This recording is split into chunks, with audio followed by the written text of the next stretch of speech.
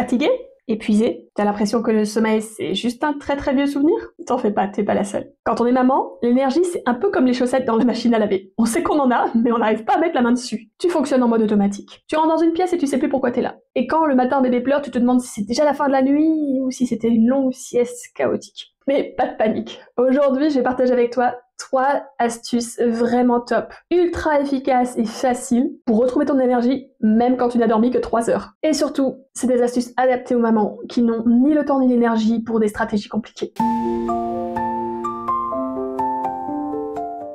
Bienvenue sur Maman va bien, c'est Sabine, et ici on parle de maternité sans filtre et sans pression. Si tu es une maman épuisée et que tu cherches des astuces concrètes pour t'aider, tu es au bon endroit. Alors si tu ne l'as pas déjà fait, n'hésite pas à t'abonner et activer la cloche pour ne pas rater les prochaines vidéos. Et surtout reste bien jusqu'à la fin de la vidéo parce que l'astuce numéro 3 est celle qui m'a vraiment changé la vie et qui m'a permis de trouver durablement une énergie que je ne pensais jamais retrouver. Quel est le problème? Soyons honnêtes, la fatigue maternelle, c'est pas une fatigue comme on avait l'habitude, c'est vraiment quelque chose de niveau très intense par rapport à ce qu'on a pu connaître avant bébé. C'est normal, mais c'est vraiment éreintant. Tu essaies de tenir le coup avec une tisane ou un café froid, tu oublies pourquoi t'es rentré dans la pièce, et tu rêves d'une nuit complète comme certains rêvent de gagner au loto. Et ce qui est vraiment frustrant, c'est que parfois tu peux avoir l'impression que personne ne comprend à quel point tu es crevé. On te dit dors avec bébé, et je le dis aussi, bien sûr, mais comment on fait quand bébé dort par tranche de 45 minutes et que tu dois en même temps te doucher, cuisiner, répondre aux messages non lus et envoyer des photos à papy et mamie? Eh bien bonne nouvelle, il y a des solutions et ça commence maintenant. Première astuce, la méthode 5-5-5. Quand tu sens que tu es à bout, applique cette formule magique. 5 minutes de respiration, 5 minutes d'exposition solaire dehors et 5 minutes de mouvement. Alors pourquoi ça marche? La respiration permet d'oxygéner ton organisme et en particulier ton cerveau et ça aide à réduire le stress. La lumière du soleil aide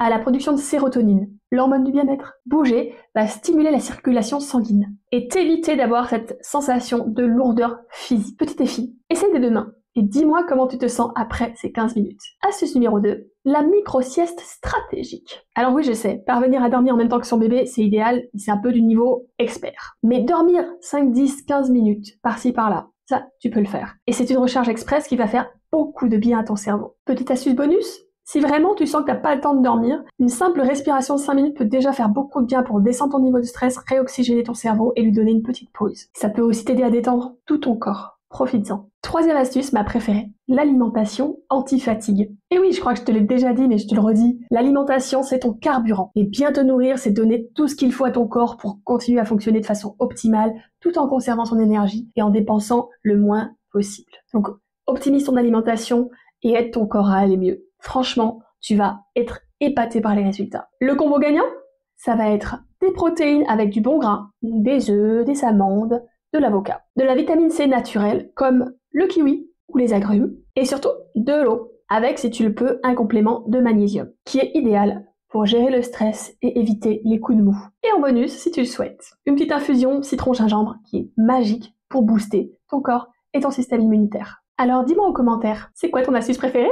Et pour plus d'astuces, n'hésite pas à télécharger mon guide gratuit Anti-Baby Blues qui a plein de ressources et plein d'astuces concrètes qui vont vraiment te plaire. Sur ce, on se retrouve très vite pour une nouvelle vidéo.